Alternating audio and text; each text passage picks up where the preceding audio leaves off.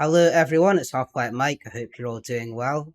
Today we are looking at the Fall of Arnor Total War. This is a sub-mod of the original Lord of the Rings mod for Rome Total War Alexander. The first version of this sub-mod was released in 2012, and the latest version was made available in 2019. From what I can tell, I don't think it's that well known. It doesn't have a ModDB page, but it is on Total War Center. The interesting part of this mod is the time period that it covers, being set when the Witch King orchestrated the downfall of the Kingdom of Arnor. So today we're going to go through the campaign experience, factions, units, and siege maps. So that's us now into the campaign map, and I thought it might be useful to give some context as to the starting situation here. So obviously the mod is called the Fall of Arnor because it's based around the series of events that led to the Witch King dismantling the three splintered Arnorian kingdoms. But just to go a few steps further back, when the island of Numenor was destroyed, the Numenorians made their way over to Middle-earth, and that's when they set up their two kingdoms of Gondor and Arnor. So Gondor is here in the south, which you can see is very much intact, and then Arnor encapsulated most of the area to the north here.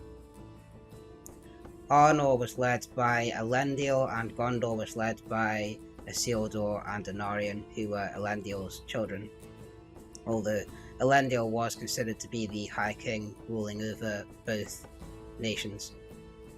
In the Battle of the Last Alliance, which happened about 100 years after the Numenorians founded Gondor and Arnor, Elendil and Anarion both perished, and at that point Isildur was acknowledged as High King over Arnor and Gondor. Isildur did not last long as High King. He died right at the start of the Third Age. I think it was the second year of the Third Age. So at that point, the United Nations of Gondor and Arnor splintered into two separate nations ruled by two different kings.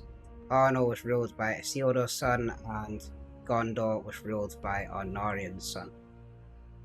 So fast forward about 860 years after the death of Isildur, Erendir, who is the king of Arnor, dies, and his three sons start squabbling over the territories, and it's at that point that Arnor then gets split into three kingdoms.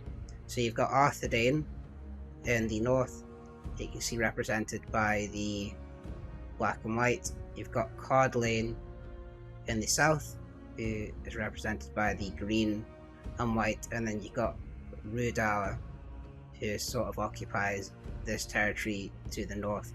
They're not a separate faction in this mod because by this point Rhudaur has already been somewhat subsumed into the Witch King of Angmar's nation.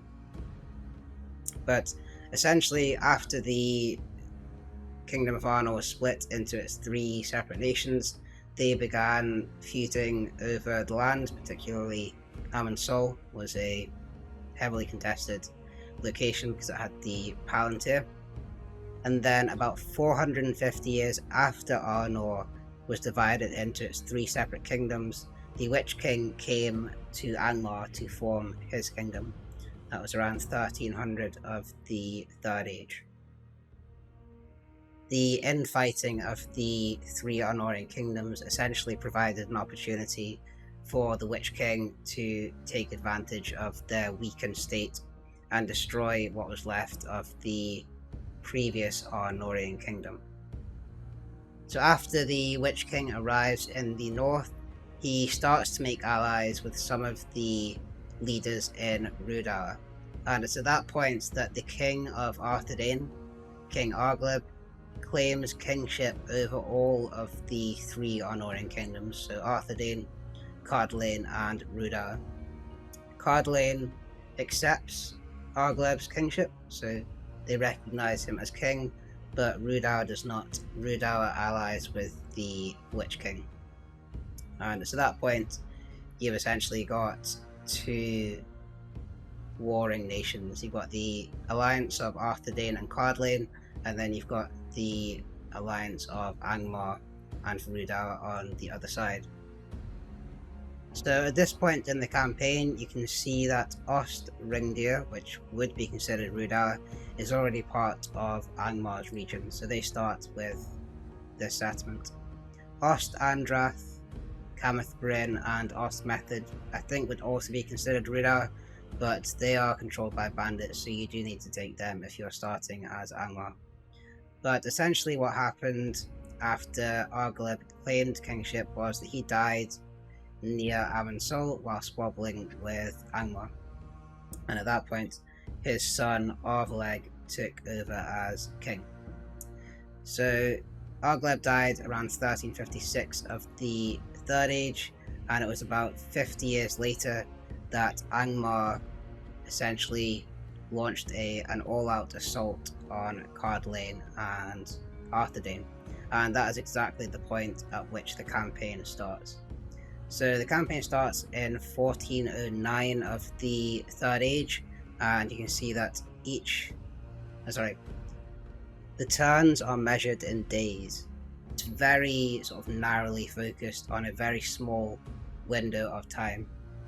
The Witch King himself starts with a Nihaf stack right outside Amon Sol, which is one of the first places that was assaulted. There's a Palantir here. So that is essentially the situation at the start of the campaign, with Angmar ready to fight Arthedain and Card Lane, or the allied Arnorian nations.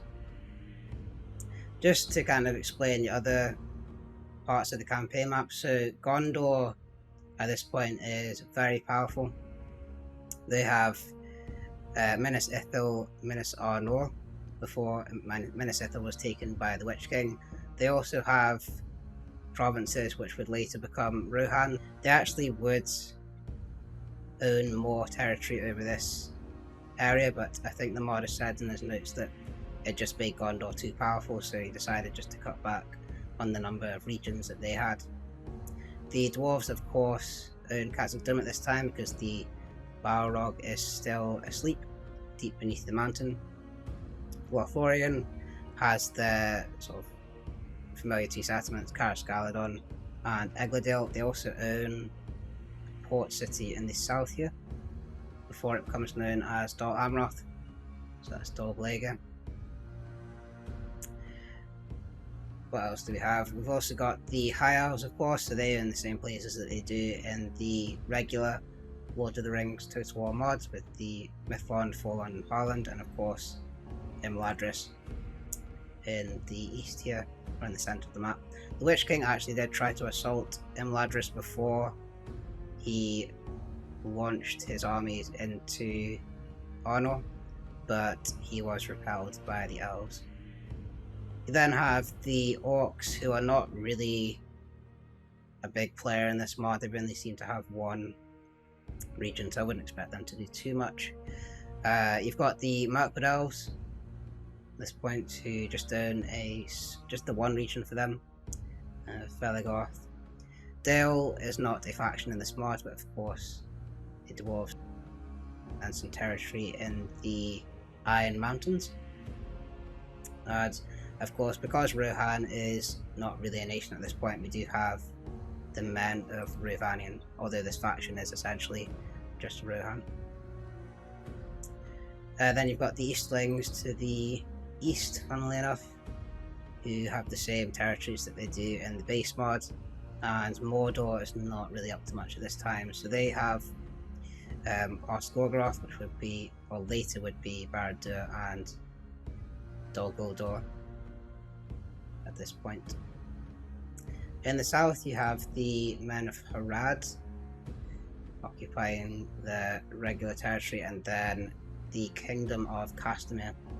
So from looking at the notes on this mod, I don't think Castamere is war accurate. It's not supposed to be here at this time, although Castamere did usurp the Gondor throne about 30 years after this, but the modder wanted to put the Kingdom of Castamere into the mod, so it's a neat inclusion, I think. And then the only faction I've not covered is the Dunlendings, which I'm assuming are, well, from what I can tell, they're very similar to how they are in the base mod. So that's all the factions and the starting positions and sort of a bit of insight into what's happening with the campaign. The next thing I want to talk about is just the campaign map in general. So as far as I can tell, this is the same campaign map that is used as part of the original Lord of the Rings Total War base mod. It's got around 100 settlements with some differences to reflect the different time period. It's fairly small in scale, well, relatively small in scale. When it comes to the Lord of the Rings mods for Medieval 2 and Rune Total War, I'd say there's two main maps. There's the one that's used in the original Lord of the Rings Total War, which is quite similar to the Third Age map, and then there's the Divide and Conquer map, which is a fair bit bigger in scale. So this is the smaller of the two, and that'll suit some people. I think the advantage of having a smaller map is that generally campaigns are just a bit quicker. So if you have 100 regions in your map overall, it's likely victory conditions will be about 25 to 30 regions as opposed to 80 or 100. So it's just going to take less time to get to your victory conditions, assuming the victory conditions have been scaled with the overall number of settlements in mind. Of course, there are advantages to having a bigger map in that you do feel a bit smaller in the world you find yourself in, which is somewhat realistic, but some people like a small map, some people like a big map, and from what I've played so far, I think this map works very well. As part of looking at the campaign map, I also wanted to run through some of the changes that have been made to adapt it for the 1409 start date in the Third Age, as opposed to the War of the Ring start date, which is about 2,000 years later. So you'll notice that a lot of settlements have different names. For example, Minas Ithil as opposed to Minas Morgul, which is part of it being captured by Mordor. You've got Minas Arnor instead of Minas Tirith, and then Isengard is known as Agranost and Helm's Deep as Aglarond. As well as this, some of the siege maps have been updated. So for example, Minas Ithil is in its pre-corrupted state. Morannon has Gondor style walls as opposed to the black gate look that we get in the films. And the same can be said for Aglarond, which also has Gondorian style walls, as opposed to the more neutral style fortress we see in the base mod. There's not been tons of changes, but I think it's cool to see, or it's nice to see some changes have been made to adapt it, because it just gives you a bit more immersion. In this section, I wanted to run through the units to give you an idea of what to expect. From what I can tell, most of the units are from the base mod, but they've been repurposed for the Fall of Arnor, and the best example of that is with the Men of Rhovanion faction. So this roster is essentially just the Rohan roster from the base game, but the names of the units have been updated to reflect that it's Rhovanion as opposed to Rohan. It's the same for Gondor, but not to the same extent, because obviously they are in the base mod as near enough the same faction. But if you take the Men-at-Arms of Osgiliath, for example, this unit is the Men-at-Arms of Dol Amroth in the base mod, and they've got a slightly updated crest as well. So if you've played the base mod or played Lord of the Rings Total War Remastered, you will be familiar with a lot of the units here. Where factions don't exist in the base mod and they've had to be created for the submod, I think the units are essentially an amalgamation of units that existed in the base mod. So for example, if we look at the armies of Angmar faction, a lot of these units are taken from existing rosters in the base mod. So for example, the Warriors of Rudauer are a Dunlending unit in the base mod, and these Orc Marauders are Uruk-hai Marauders from the base mod. As three of the flagship factions in the mod, I thought it might be worth going through Arthedain, Cardlane and Angmar in a bit more detail. So we'll start with Arthedain, which has a small but powerful roster. So looking at the infantry, you've got the Dunedain Spearmen and Dunedain Men-at-Arms. They are your sort of entry-level troops, and they have very good stats considering that they are entry-level. The Royal Guard of Amon Sul and the Card Lane Royal Guard, I believe, are the Numenorian Axemen and Archers from the base mod, so as you might expect, they are very powerful units. In the middle there, you've got Arvaleg, who's the king of Arthedain at the time when the Witch King attacks in 1409. Then you've got some Hobbit units, so the Hobbit Archers are actually very strong in terms of their missile attack. At 15, it's really only the Elven units which have a significantly higher missile attack than that, so definitely don't sleep on them if you're playing as Arthedain. Then you've got some good cavalry units as well, so not a large variety, but the Arthedain Knights and the Knights of Armenlos are very strong, and you can tell that by the gold cost alone. So yeah, as before, not a huge roster, but very strong units in each department. Moving on to its fellow Arnorian Kingdom, Card Lane. This is a much weaker roster. So it doesn't have the cavalry units that Arthedain does. It's restricted to the Greenway Horsemen, which are definitely sort of low tier cavalry. It does have the Royal Guard and the Royal Guard of Amon Sul and the Card Lane Royal Guard, as does Arthedain, but outside of that it's mainly peasant units, aside from the Card Lane Wardens, which are the Men-at-Arms of Dol Amroth from the base game, so they are powerful units, but in general it's quite a weak roster. Arthedain is certainly the more powerful of the two. Moving on to Angmar then, so much bigger roster than the previous two. The Trolls are very powerful in this submod and in the base mod, so they'd be a good addition to any roster. They've mainly got Wargs as their cavalry equivalent. They don't really have great stats, but they're good cavalry killers. They get a bonus against horses. And then aside from that, the infantry mainly consists of orcs and lightly armoured men, which aren't particularly powerful, but like with most evil factions, you win through quantity over quality. So no real concerns over Angmar's roster.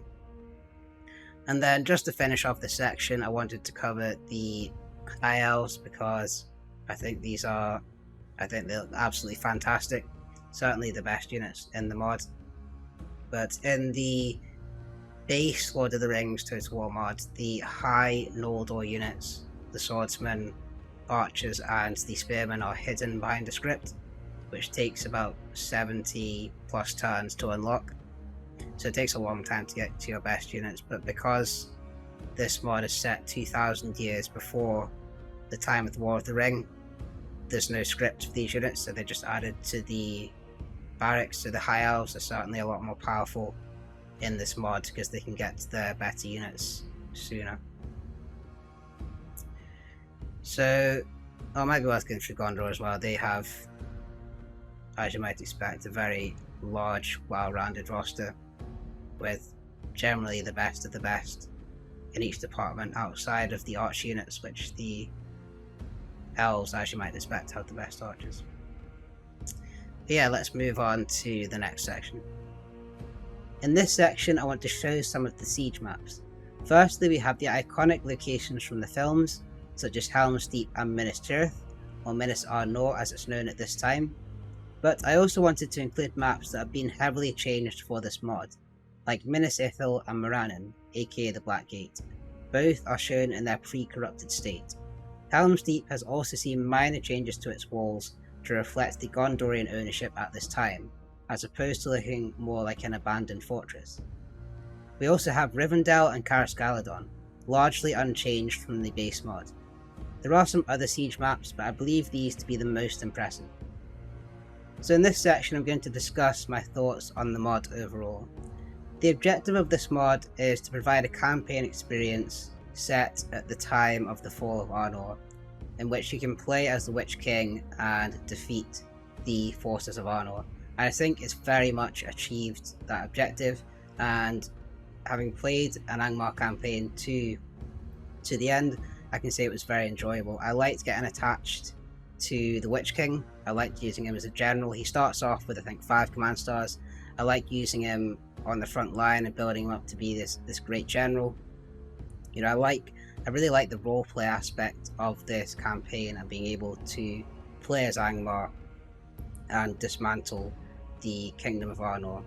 I think overall there are some immersion breaking things. You know, the voices are from the Rome base game. There's some settlements which don't have unique maps, which are quite important to the mod. Ammon's Soul being one of them. The Watchtower of Ammon's Soul doesn't have a unique map when it's probably the most important place in the campaign. But overall, I think it's a fantastic mod. I had a lot of fun playing it. If you're looking for a Lord of the Rings campaign experience which is set in a different time to the War of the Ring, I would definitely recommend giving this mod a go. So that's going to be it for today. I hope you enjoyed the video, and I'll see you on the next one.